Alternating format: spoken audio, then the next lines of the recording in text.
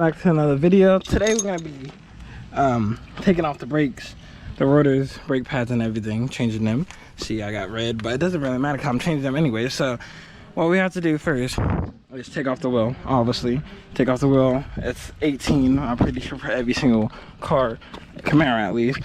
Make sure to have a lock for it. If you don't have locks on your wheels, it's fine, but this one is getting kind of messed up, so I don't know if I should replace it with non-locks, so like they won't lock the wheel, but I'm not sure. But I don't want these to get stolen anytime soon, so, but I'm not saying it will, but you never know. So after you get the wheel off, we have to get these two bolts out. So there's one right here and one down there that holds in this little piece. This is the bracket for it, and this is, I don't know what you call it, but that's how you get this off. So right now we're gonna do that first. And the supplies you will need is a 15 millimeter, 18 millimeter, 18 millimeter for the wheels, a hammer if you need it, just in case. You need some brake clean. You need some anti-seize to put on back of the brake pads. And you need some lube, brake part lube, just because these little guiding pins you need to re-lube back up. So yeah. So I'm gonna get this off, then show you all the rest. Sorry, I forgot to mention, I think this is this one is a 15 millimeter. These two that you have to get off first. Sorry about that. So if you need, sorry for not explaining it very good, but if you need any help, I mean, you have to, for the tough ones, you have to get vice grips, clip it on there, and then you could start twisting it, or the whole thing would twist like this, or just twist. So you need vice grips for that.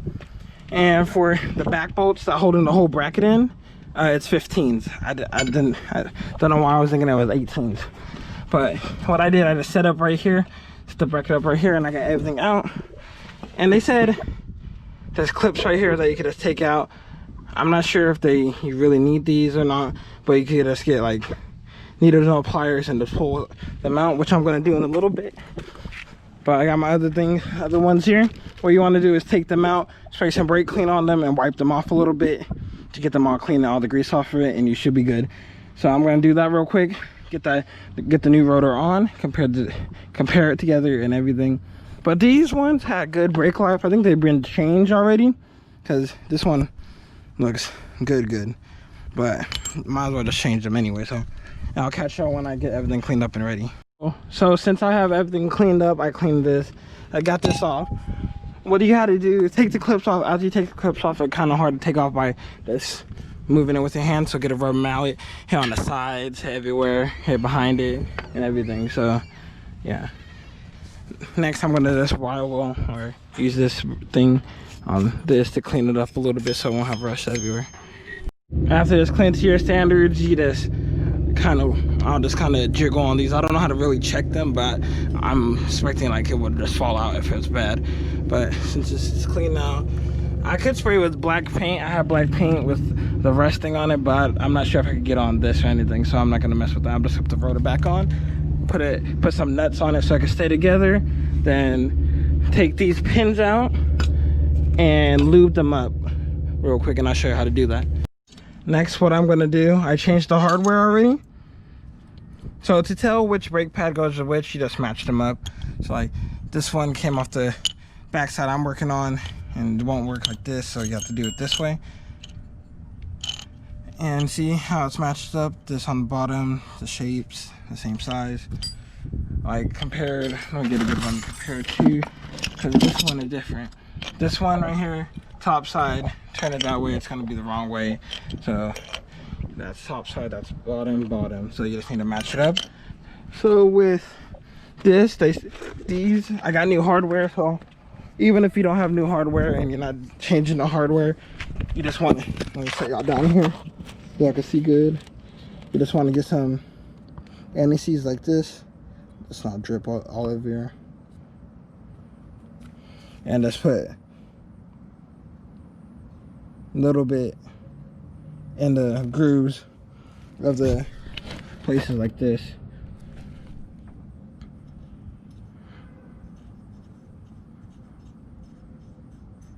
Like that.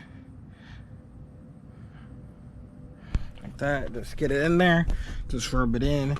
work it in, then it should be good. Then I'm gonna be working on that, and I'll show you how to do this real quick soon. Wrong with the thing. This is the right one, this is the wrong one, just because we need the tab to be facing outwards like this. So we're gonna just match it up like that, outwards like this tab go on the back for the driver's side, so like that.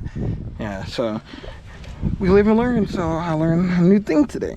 I was wrong. He said put anti-seize, so this, let's not get that much on it, on the back side of it, not the front, the back, like very lightly. So I'm just gonna do this and just smear it around with my fingers.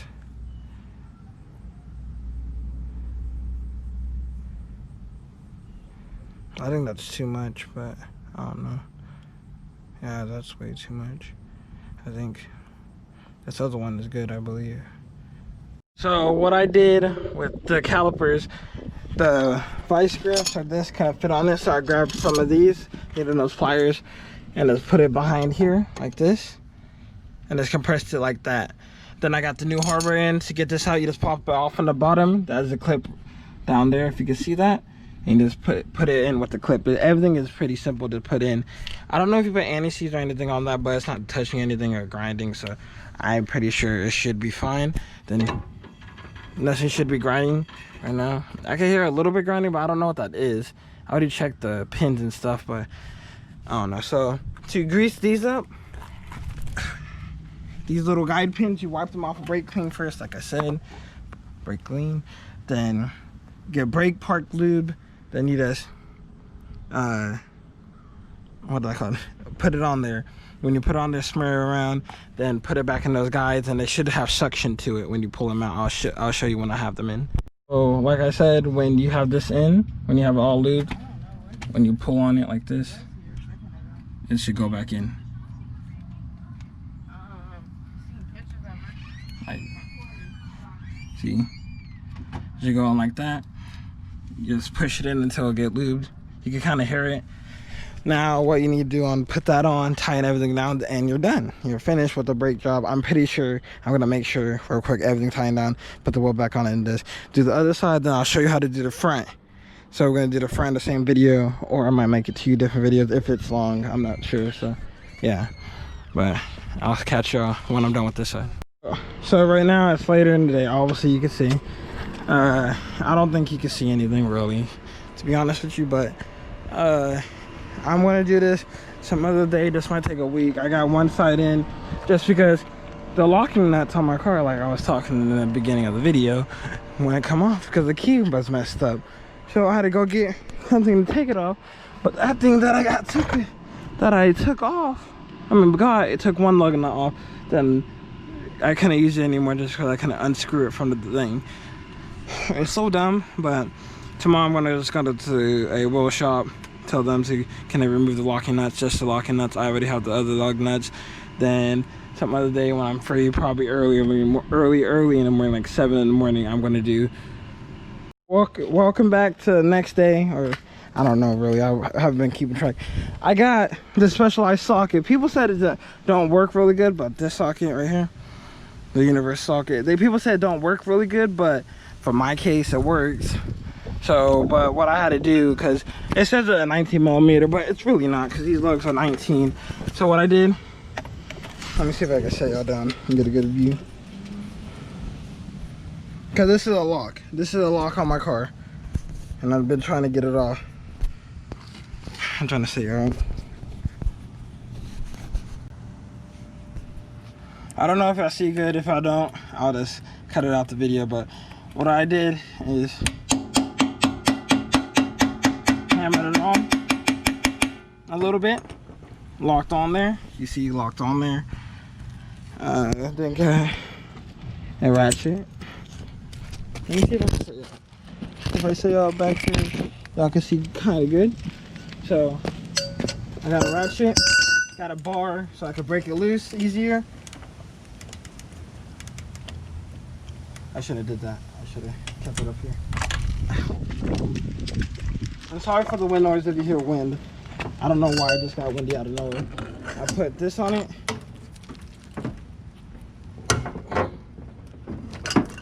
See? then it comes off easily. But you might lose the socket, but all I care for is getting this off my rim. I know it's spinning right now. I hope that it's not stripping out the threads or anything right now. But it doesn't feel like it, just the socket wobbling because how the things are.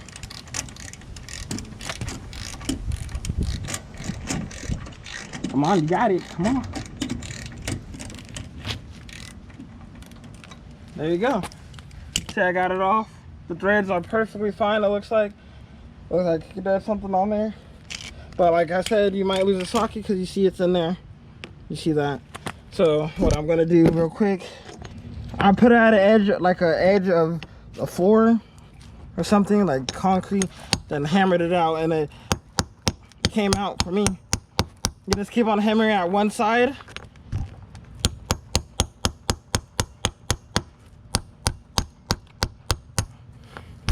Right now, I really don't care about this socket anymore since I got everything off.